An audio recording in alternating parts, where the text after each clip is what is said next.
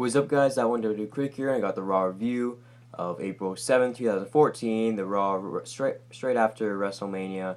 And let me tell you this, it was a great one. The show starts off with Daniel Bryan coming out with a little celebration as he won the WWE World Heavyweight Championship at WrestleMania 30. And basically, he was celebrating. It was great to see him finally win the gold. Great to see that. The crowd was way behind him, which was awesome. But the Authority came out basically saying how his title run is going to basically end quicker than expected, and saying that Triple H scheduled a main event where he will face Daniel Bryan will face Triple H for the WWE World Heavyweight Championship at the main event of Raw, and that was crazy to hear. But after that was the Wyatts, and they took on John Cena, Big E, and Sheamus, and it was a great match. But what I hated was when the commentators, they always had to comment on how the crowd was behind the Wyatts, and like Jerry kept on saying, "Oh, it's just because this is just, the Raw after WrestleMania crowd," but really, it's not. We cheer for those guys because we like them, and we boo, John Cena because we don't. And it's not just because it's a crowd after WrestleMania. That's just an excuse. But we're cheering for the people who we like. You can't just make an excuse like that, which is really annoying to me. But it was a really, really good match. The White Sox were really strong, and they got the victory over them. Really, really good match. After that was Fandango and Summer Rae. They took on Santino Marella and Emma, and it was literally like 30 seconds, and Emma picked up the victory with her weird submission move. But Fandango got a huge pop. I guess they're Fandangoing now. After that was Brock Lesnar and Paul Heyman, basically giving a promo about how, basically the victory over the Undertaker. And it was a great promo. As always, Paul Heyman delivered a great promo, saying how no one could defeat the Undertaker, but Brock Lesnar was the 1 in 21 and 1. After that was an Adam Rose promo. Before was also a Bo Dallas promo. And I guess they're bringing all the NXT guys in. That's great to see. I'm really excited for Adam Rose. I think he'll get a huge pop. The whole party thing is pretty cool. I feel like he was only at NXT for a little bit with that gimmick, and now he's moving to WWE. I guess the gimmick worked really well for him. So it'll be good to see him, Bo Dallas, come to WWE pretty soon.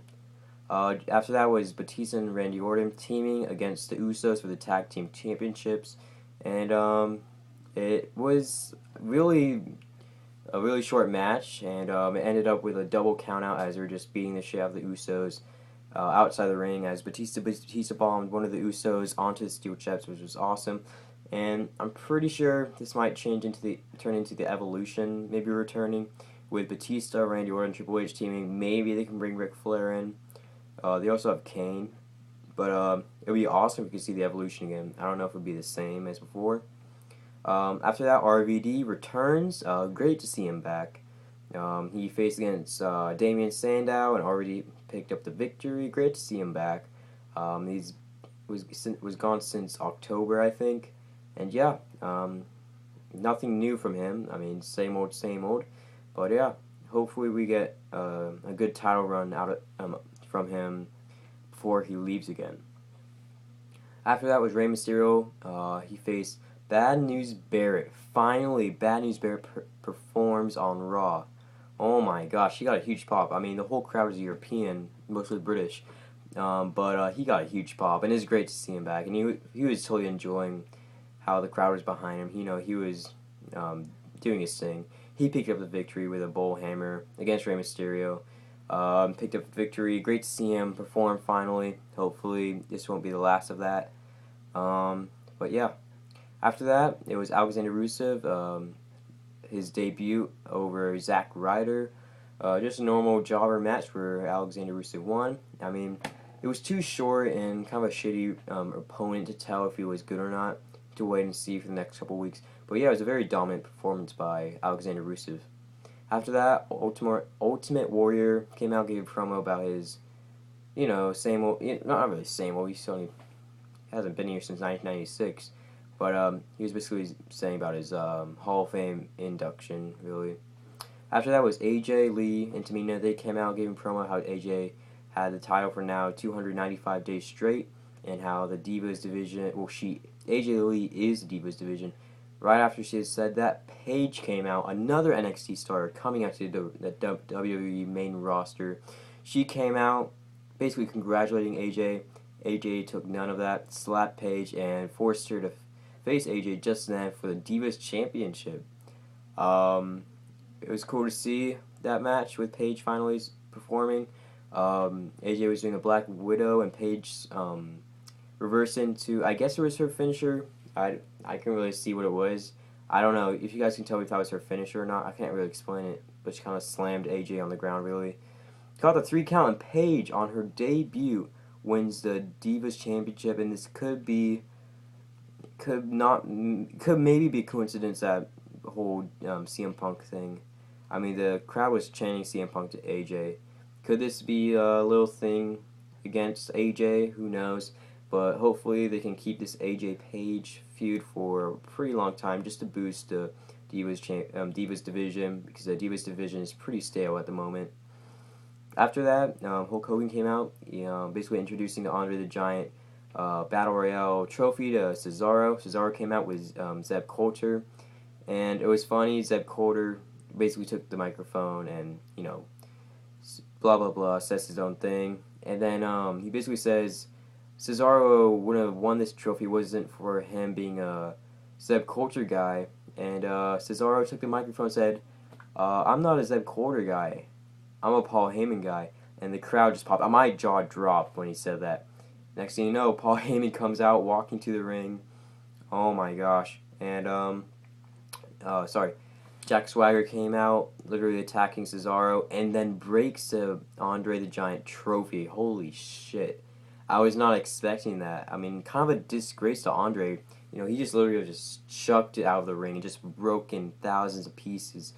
Kind of disrespectful, I think. But, great way to start off a feud, to break a huge trophy from Cesaro. But then Cesaro and Swagger faced each other in a match. Cesaro won, right? Oh, no, it was a countout. Jack Swagger basically left the ring with Zeb Coulter, and hopefully this feud goes on for a little bit till Extreme Rules. That'd be good to see. And finally, the main event. So Daniel Bryan came out, getting ready for his match against Triple H, and then Batista and Randy Orton come out with no music. They just come straight to the ring, and they start attacking Daniel Bryan. Basically, Batista does a weird noise. Sorry, a weird noise just came up. Batista gave a Batista bomb, RKO. Then Kane came out, going to help the situation out. But nope, he choke slams Daniel Bryan. Then Triple H comes out, starts the match, and before he could do anything, Shields. What's that noise? Sorry, guys. Shield came out, saving Daniel Bryan.